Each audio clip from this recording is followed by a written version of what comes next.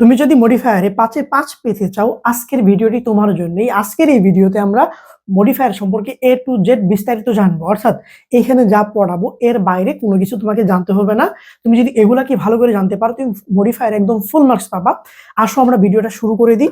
দেখো, মডিফায়ার সমাধান করতে গেলে তুমি প্রশ্নে দেখবা, ঠিক যেই গ্যাপটাতে তুমি মডিফায়ার বসাবা তার ডান দিকে একটা ব্র্যাকেটের মধ্যে নির্দেশনা দেয়া থাকে। অর্থাৎ মডিফায়ার ভালো করতে গেলে তোমাকে নির্দেশনা সম্পর্কে জানতে হবে। আরেকটা কথা বলি, কখনো একটা স্লাইডে কোনো টপিককে পরিপূর্ণভাবে শেষ করা যায় না। সেটা রাইট ফর্ম অফ ভার্ব হোক, সেটা মডিফায়ার হোক। অর্থাৎ ভিডিওটা একটা স্লাইডে শেষ করা যাবে না, ভিডিওটা বেশ লম্বা হবে, প্রায় 15-20 মিনিটের মতো। তবে এই 15-20 মিনিট তুমি যদি দাও, তোমার এইচএসসি লাইফে মডিফায়ারের জন্য সময় দিতে হবে না। দেখো, যে নির্দেশনাগুলো থাকে সেগুলোকে আমরা দেখবো আর কি।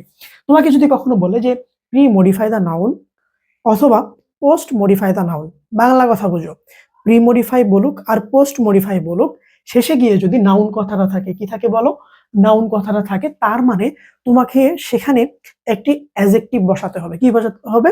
অ্যাডজেক্টিভ।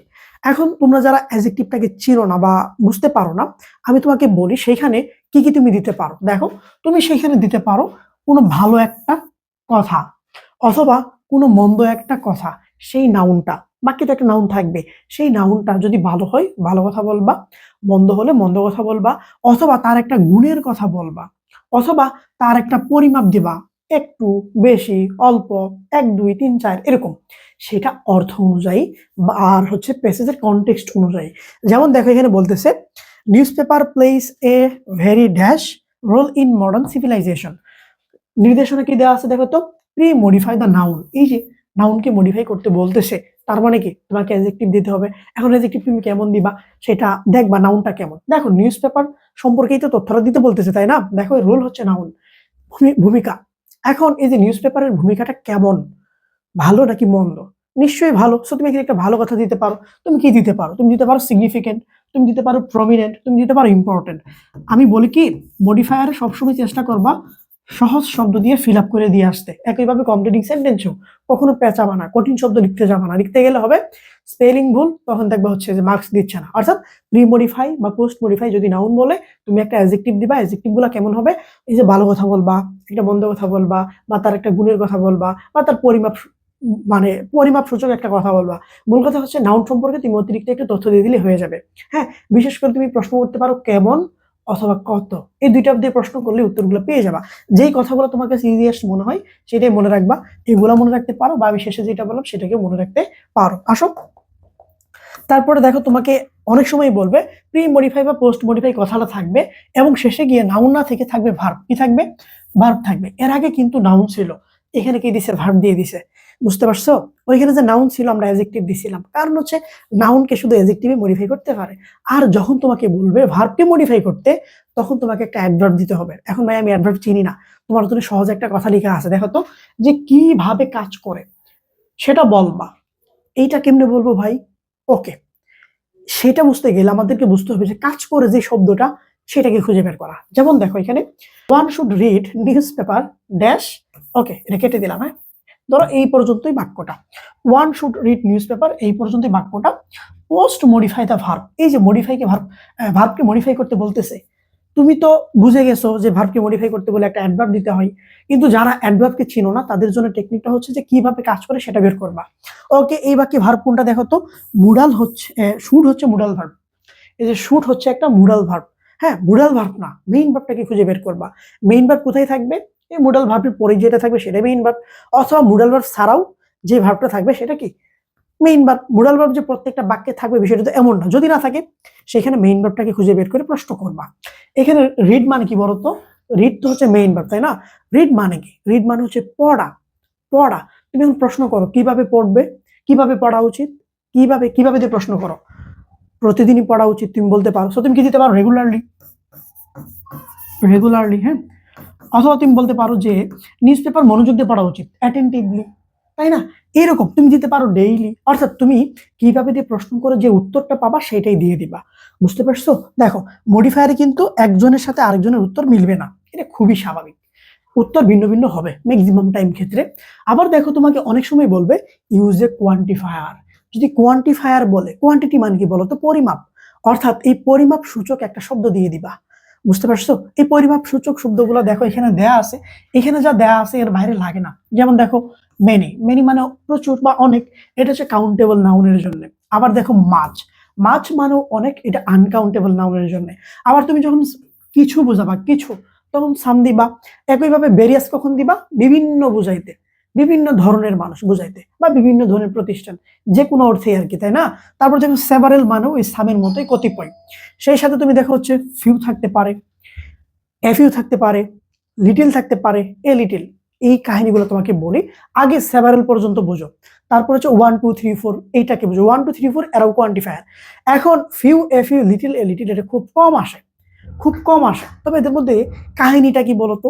ফিউ এবং এফিউ কাউন্টেবল নাউনের জন্য বসে, লিটিল এবং এ লিটিল আনকাউন্টেবল নাউনের জন্য বসে। যদিও এটা সারাই পার পেয়ে আসতে পারবা, একটু বলে দিই জাস্ট, যে ফিউ তুমি সেখানে ইউজ করবা যেখানে পরিমাণটা খুবই কম, নেই বললেই চলে। একইভাবে লিটিলটাকেও সেখানে ইউজ করবা। আবার যেখানে অল্প বা কিছু বোঝাবে, মানে তুমি যেখানে সামটাকে ইউজ করতে পারো সেখানে এফিউ অথবা এ লিটিল দিতে পারো। তার মানে কি সাম দিয়ে আমরা এদের কাজ করতে পারবো। সো এটা প্যারা নাই, তুমি শুধু মনে রাখো সেভারেল পর্যন্ত এবং 1 2 3 4 5 এগুলাকে মনে রাখো। যেমন দেখে এখানে বলতেছে there are dash benefit of eating a balance diet. Okay, তোমাকে কোয়ান্টিফায়ার দিতে বলছে, তুমি এখানে সাম দিতে পারো, ঠিক আছে? তুমি এখানে মেনি দিতে পারো, যেটা দিবা সেটাই রাইট। নিচে আসো, there are dash village in our country. আমাদের দেশে ড্যাশ গ্রাম আছে। এইখানে বলতেছে কোয়ান্টিফায়ার, আমাদের দেশে কি আছে? অনেক গ্রাম আছে। তো আমরা কি বলতে পারি বলতো? আমরা এখানে কিন্তু বলতে পারি মেনি, তাই না? কি বলতে পারি? মেনি বলতে পারি। তারপরে দেখো অনেক সময় বলে use a demonstrative. Demonstrative use করতে বললে তুমি যদি ডেমনস্ট্রেটিভ না চেনো তাহলে কিভাবে ইউজ করবা? তো প্রথম কাজ কি? ডেমনস্ট্রেটিভটাকে চেনা। ওকে, দেখি আমরা ডেমনস্ট্রেটিভ কারা। ডেমনস্ট্রেটিভ হাতে গোনা 4টা।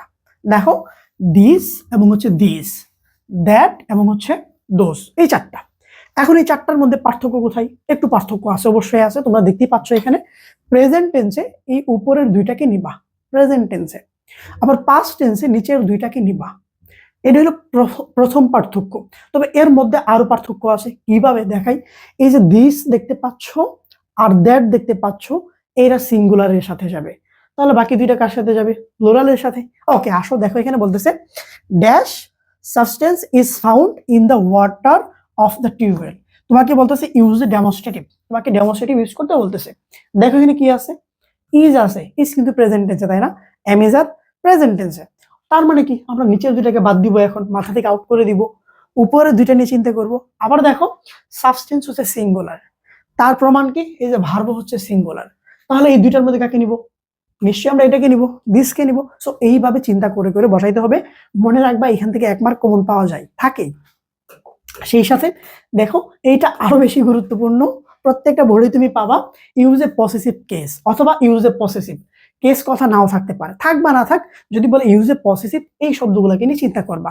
কি কি আছে দেখো, মাই, যদি সাবজেক্ট আই থাকে তাহলে মাই নিবা। আওয়ার, আওয়ার কখন দিবা? সাবজেক্ট যখন উই থাকবে। আবার ইউর কখন দিবা? যখন ইউ সাবজেক্ট থাকবে। বা দেয়ার কখন দিবা? দে থাকবে। হিস কখন দিবা? হি থাকলে। হার কখন দিবা? সি থাকলে। আবার ইট থাকলে ইটস দিবা।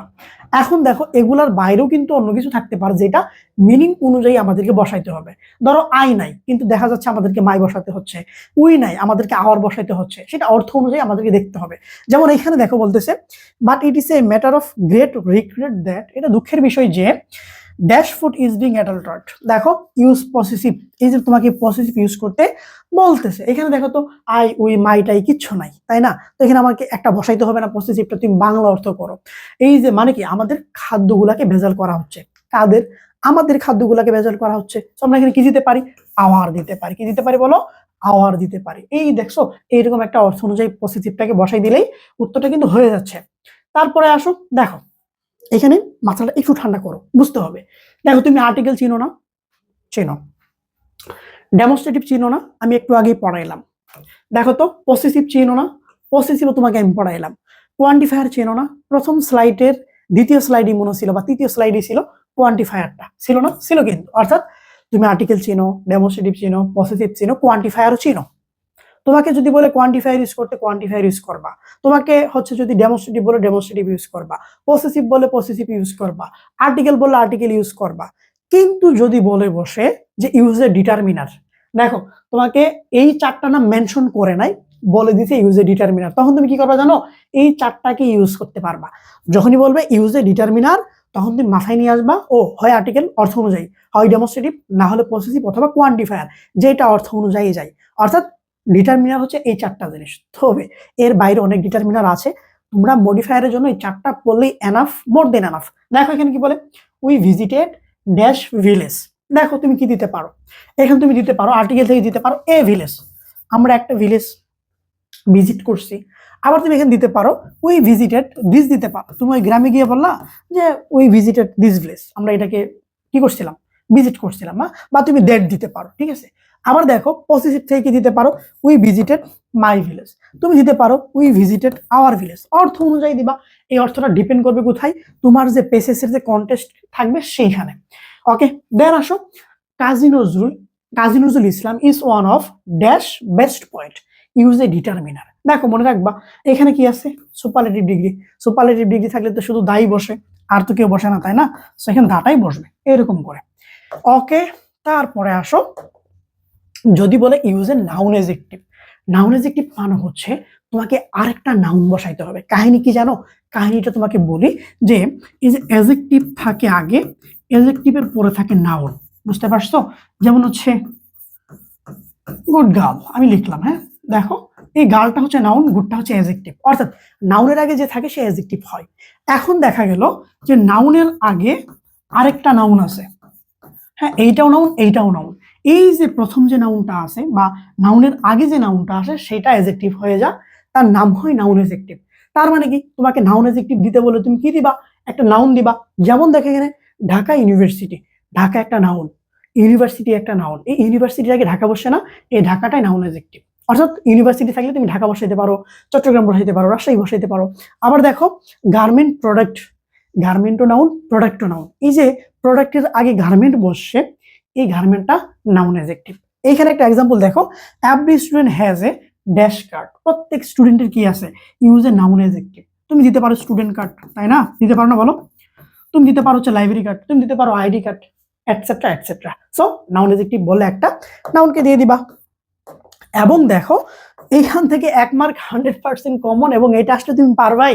দেখো তোমাকে যদি বলে ইউজ এ ইন্টেন্সিফায়ার, তুমি চারটা জিনিস চিন্তা করতে পারো, ভেরি, সো, টু, এনাফ। তবে আমি বলবো শুধু ভেরিটাকে মনে রাখো। কাকে? শুধু ভেরিটাকে মনে রাখো, তুমি দেখবা মার্কস পেয়ে গেছো, কোনো কথা নাই।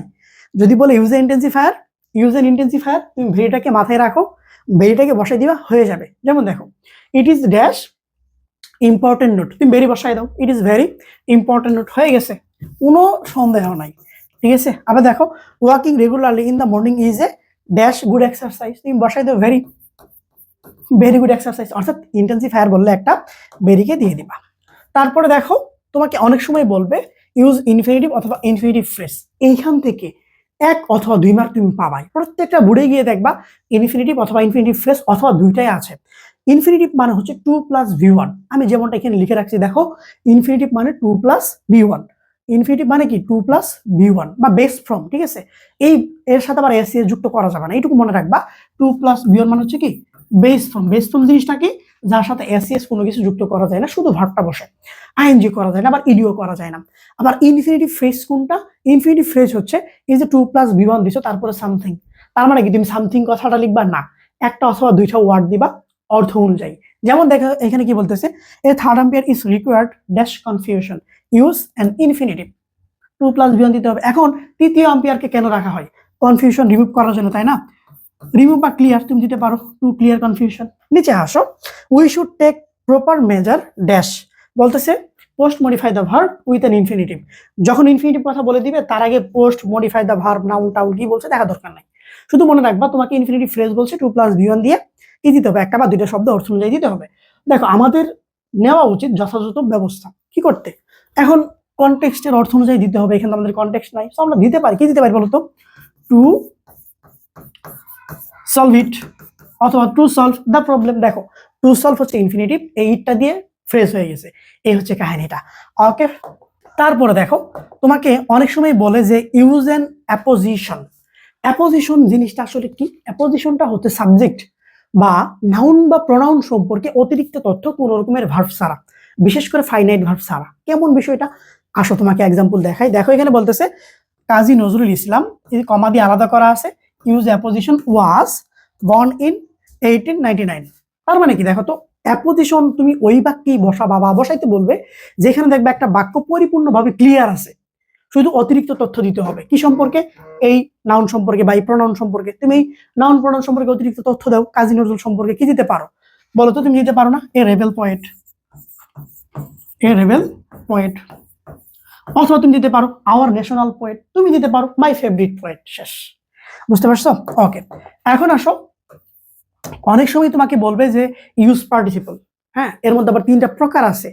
সব থেকে বেশি যেটা আসে প্রথমে যেটা দেওয়া আছে সেটা। তোমাকে যদি বলে ইউজ প্রেজেন্ট পার্টিসিপল, তুমি কি করবা? ভার্বের সাথে আইএনজি করে দিবা অর্থ অনুযায়ী। কিন্তু তোমাকে যদি বলে পাস্ট পার্টিসিপল, শুধু বি3 দিবা, শুধু বি3।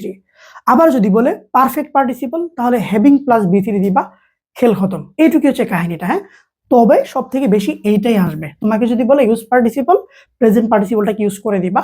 মোটামুটি এই যে কয়েকটা রুলস তোমাকে দিলাম, তুমি যদি পড়তে পারো, হ্যাঁ, সুন্দর করে নোট করে ফেলো, অথবা ভিডিওটা তোমার টাইমলাইনে শেয়ার করে রাখো, যেন তুমি যে কোনো সময় দেখে নিতে পারো। ক্লাসটি কেমন লাগলো জানাবা। আর হচ্ছে তোমরা যারা আমার প্রাইভেট ব্যাচে ভর্তি হতে চাচ্ছ, তারা আমার সাথে যুক্ত হতে পারো, হ্যাঁ, পেজে একটা মেসেজ দিতে পারো। আমার ব্যাচে তুমি যদি যুক্ত হও, কি কি পাবা? বেসিক ক্লাস পাবা, ফ্রি হ্যান্ড রাইটিং ক্লাস পাবা, ফার্স্ট পেপার, সেকেন্ড পেপারের অল টপিক্সের উপরে ক্লাস পাবা। ঠিক আছে, যারা যুক্ত হতে চাচ্ছ একটা মেসেজ দিয়ে রাখো। সবার জন্য শুভকামনা।